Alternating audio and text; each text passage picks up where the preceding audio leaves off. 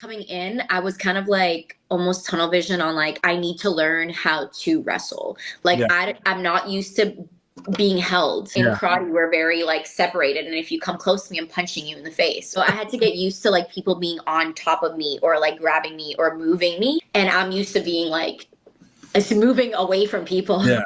So that was probably my biggest obstacle, is like being comfortable with that. I think another thing that was a big thing for me was just like my mental.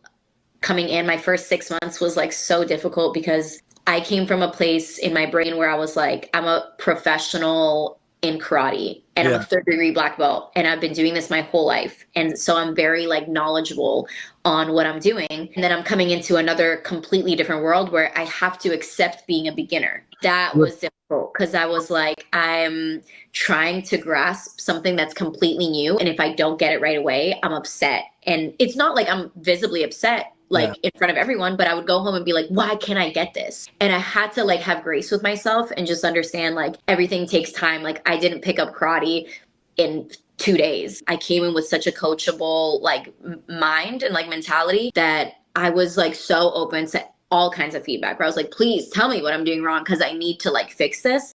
So I was very open to like getting the feedback and like being able to fix it. But sometimes it was like, why can't I get it? I'm really not getting it. And so I think once I opened my brain to like being myself in the ring, like when I was like, okay, my moveset can literally be me as a fighter. I don't have to be body slamming people. I don't have to be suplexing people, even though I can do it because they've taught us that. Like that was the very first few things that we learned within the first 6 months that we were here. It was like, this is how you do professional wrestling. And it was the basics of everything. But then I realized I was like forcing that and I can do it, but I was like, it's not who I am. And one thing about me and one thing about Scorpios, which I'm sure you're gonna figure, it's like if everyone else is doing it, I'm not doing it. No. And once that clicked in my head, once I was like, I am not doing what everyone else is doing. And I came in one day and I was like, can I do this? Like instead of this? And they were like,